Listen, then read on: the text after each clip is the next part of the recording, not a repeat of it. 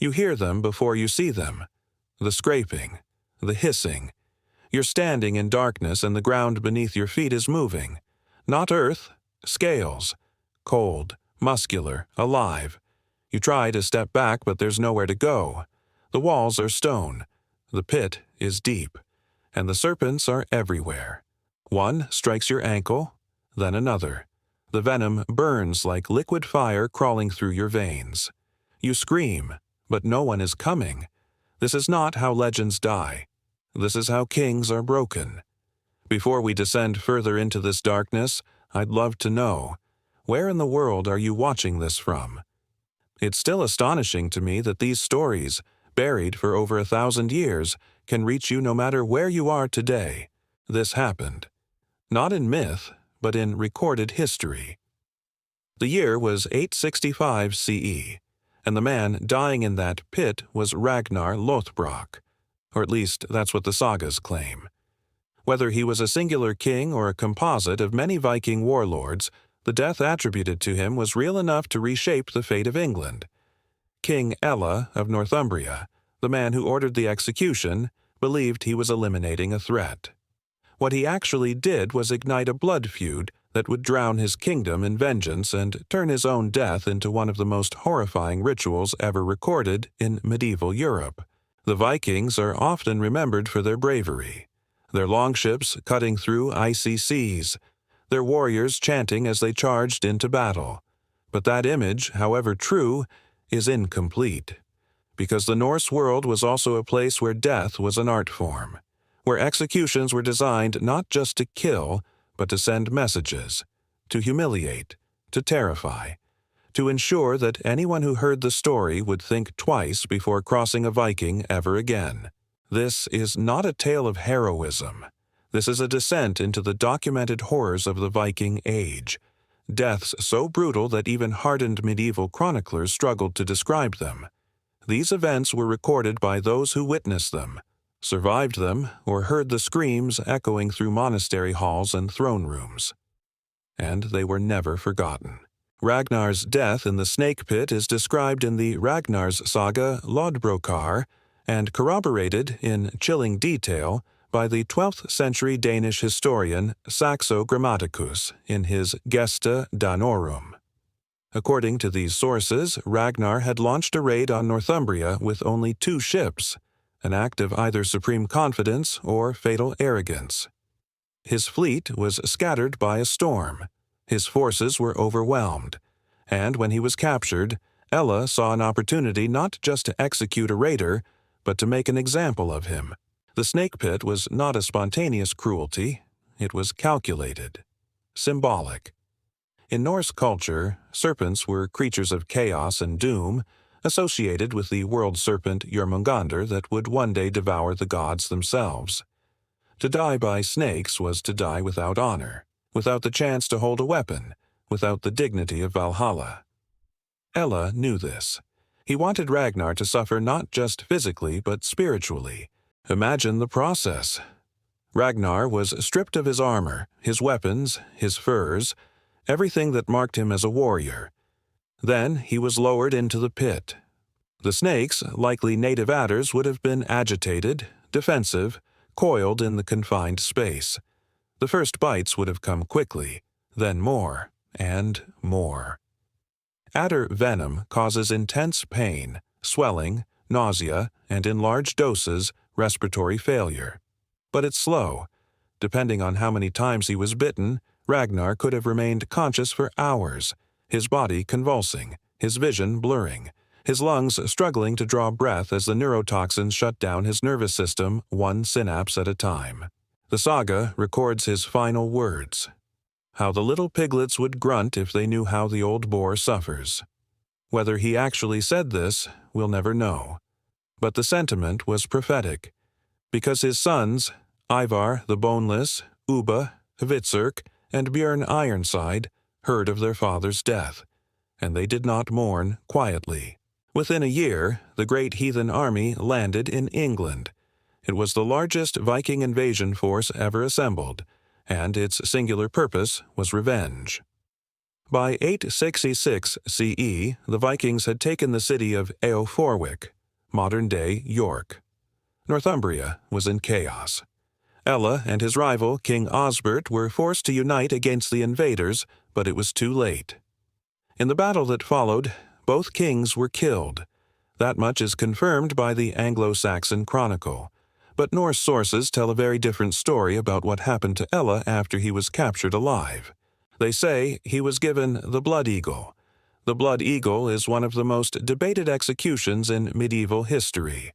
Some scholars argue it's purely mythological, a misinterpretation of poetic metaphor. Others point to multiple saga references and believe it was a real, if rare, ritual reserved for the most heinous offenders. The description is consistent across sources. The victim was placed face down. The ribs were cut away from the spine with an axe or blade. Each rib was then cracked outward, splayed open like wings. In some accounts, the lungs were pulled out through the opening and draped over the shoulders, creating the image of a blood-soaked eagle. The Orkneyinga saga describes a similar execution, as does the Heimskringla. The ritual was not just about death, it was about desecration. It was an offering to Odin, the god of war and death, and a public demonstration of what happened to those who dishonored the Norse code of revenge. If this was done to Ella, he would have remained conscious through the initial cuts. The human body can survive for minutes even with catastrophic trauma if the heart and brain are spared. He would have felt the ribs breaking, felt the cold air on his lungs, felt his breath becoming wet and shallow as blood filled his chest cavity. And he would have known, in those final moments, that this was the price of the snake pit. Whether the blood eagle was literal or symbolic, one thing is certain. Ella's death became a warning etched into the collective memory of medieval Europe. The Vikings did not forgive. They did not forget. And they did not kill cleanly. But the terror of the Viking Age was not reserved for kings and warriors. In 870 CE, along the windswept coast of Northumbria, a different kind of horror unfolded, one that targeted the most vulnerable and the most sacred. The Monastery of St. located near present-day Berwickshire in Scotland, was a modest religious community of nuns. Founded in the 7th century by Ebbe the Elder, a Northumbrian princess who became an abbess and saint, it had stood for over 200 years as a beacon of Christian devotion. But by the 870s, the coastline was no longer safe. Viking longships prowled the waters, and monasteries, wealthy, undefended, filled with silver and manuscripts, were prime targets. When word reached St. Ebbe's that a Viking fleet was approaching, the abbess made a decision that still haunts the historical record. According to the Liber Aliensis, a 12th century chronicle, and corroborated by Florence of Worcester, she gathered the nuns and told them what awaited them if they were captured: enslavement, sexual violence, a life of degradation far from God. Then she proposed an act of desperate, horrifying defiance. She took a blade and cut off her own nose and upper lip. Then she urged every woman in the monastery to do the same. One by one, they mutilated their own faces. Blood streamed down their habits. Their features were destroyed. They believed that if they made themselves repulsive, the Vikings would leave them alone, that their disfigurement would be their salvation. They were wrong. When the Viking raiders arrived and saw what the women had done, they did not retreat in disgust. They did not see martyrdom or devotion. They saw defiance, and they responded with calculated brutality. They herded the nuns into the wooden chapel, barred the doors from the outside, and set the building on fire. The women burned alive. Trapped inside, they would have clawed at the walls, at the doors, at each other, as the smoke thickened and the flames consumed the timber. The sound of their screams carried across the hills, and when the fire finally died, nothing remained but charred stone and ash. This was not a battle. It was an execution. And it was recorded not by Norse skalds, but by Christian chroniclers who wanted the world to remember what had been done to the faithful. The burning of St. Ebbe's Monastery stands as one of the most psychologically cruel acts of the Viking Age, not because of its scale but because of its intimacy. The women had already destroyed themselves trying to escape a worse fate, and the Vikings made sure they suffered anyway. But perhaps no Viking-era death carries more symbolic weight than that of King Edmund of East Anglia. His execution in 869 CE became the foundation of a cult of martyrdom that would shape English identity for centuries. And the manner of his death was designed to humiliate not just a man, but an entire faith. Edmund was a young king, ruling the fertile flatlands of East Anglia when the great heathen army swept south. Unlike some Anglo-Saxon rulers who bent the knee or fled, Edmund chose to stand. When the Vikings demanded he renounce Christianity and become their vassal, he refused. According to Passio Sancti Edmundi, written by Abbo of Fleury in the late 10th century based on eyewitness testimony, Edmund declared that he would not deny Christ, nor would he rule under pagan overlords. The Vikings, likely led by Ivar the Boneless and Ubba, decided to make an example of him. Edmund was tied to a tree. His hands were bound, his crown was removed. Then the Vikings began to beat him with whips, lashing his back until the skin broke and bled. But this was only the beginning. Archers were called forward, and they began to shoot arrows into his body, slowly, methodically, deliberately avoiding vital organs. Abbo's account is explicit. They shot arrows at him as if he were a target, until he was covered with their missiles like a hedgehog with spines. The image is grotesque and precise. Edmund's body became a pincushion of wood and iron. Each arrow brought fresh agony. Each wound bled, but did not kill. He remained conscious, praying aloud, calling on Christ even as his flesh was torn apart. Finally, when the Vikings tired of the spectacle, they beheaded him. But even in death, they denied him dignity. His head was thrown into the forest, hidden among the brambles to prevent Christian burial.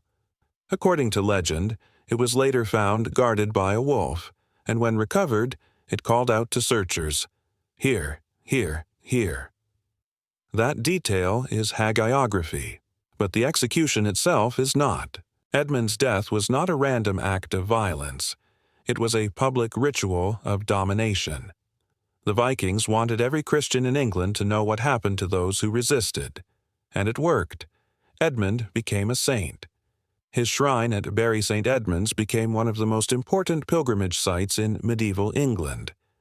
But his martyrdom was also a warning. Faith, in the face of the Viking war machine, came at a price measured in blood and arrows. These deaths were not accidents. They were choices, tools of power, instruments of fear. The Vikings understood something that many conquerors before and after them knew, that how you kill matters as much as who you kill. A quick death in battle is forgotten, but a death that makes people whisper in horror for generations, that changes kingdoms. The snake pit, the blood eagle, the burning monastery, the arrow-studded king. Each of these moments was recorded because it could not be forgotten, and each carried a message, that Viking vengeance was not satisfied with victory. It demanded spectacle. That Norse justice was written not in law, but in suffering. That to cross the sons of Ragnar, to defy the great heathen army, to resist the tide of longships, was to risk a death so terrible that chroniclers 1,000 years later would still struggle to describe it. But here's the paradox that haunts these stories. The very cruelty that made the Vikings feared also ensured they would be remembered. The deaths they inflicted became legends. The martyrs they created became saints. The terror they spread became the foundation of resistance. Edmund's execution turned him into a symbol of Christian endurance. The burning of St. Ebbe's became a rallying cry against pagan violence. Even Ella's blood eagle, whether real or mythologized, became a story told in whispers to remind people what vengeance looked like when the gods themselves demanded it. The 12th century chronicler Saxo Grammaticus, who recorded so many of these horrors, wrote something that feels uncomfortably true even now. Cruelty is remembered longer than valor. He was right. We don't remember the names of most Viking warriors who died honorably in battle, but we remember Ragnar in the snake pit. We remember Ella on the altar of revenge. We remember the nuns who burned and the king who died like a target. Because these deaths were not just endings. They were performances. Inscriptions carved into history with blood and iron, and the Vikings knew that the world was watching. Stand in the ruins of St. Ebbe's Monastery today, and you'll find nothing but stones and wind. Walk through York, and the Viking past is buried beneath centuries of English stone. Visit Bury St. Edmund's, and the shrine is gone, dissolved by time and reformation. But the stories remain. The deaths remain. Recorded in sagas and chronicles, passed down through ink and memory, they survive because they were too terrible to forget. The Viking Age was not only an age of exploration and courage. It was an age when death was theater and the stage was soaked in blood.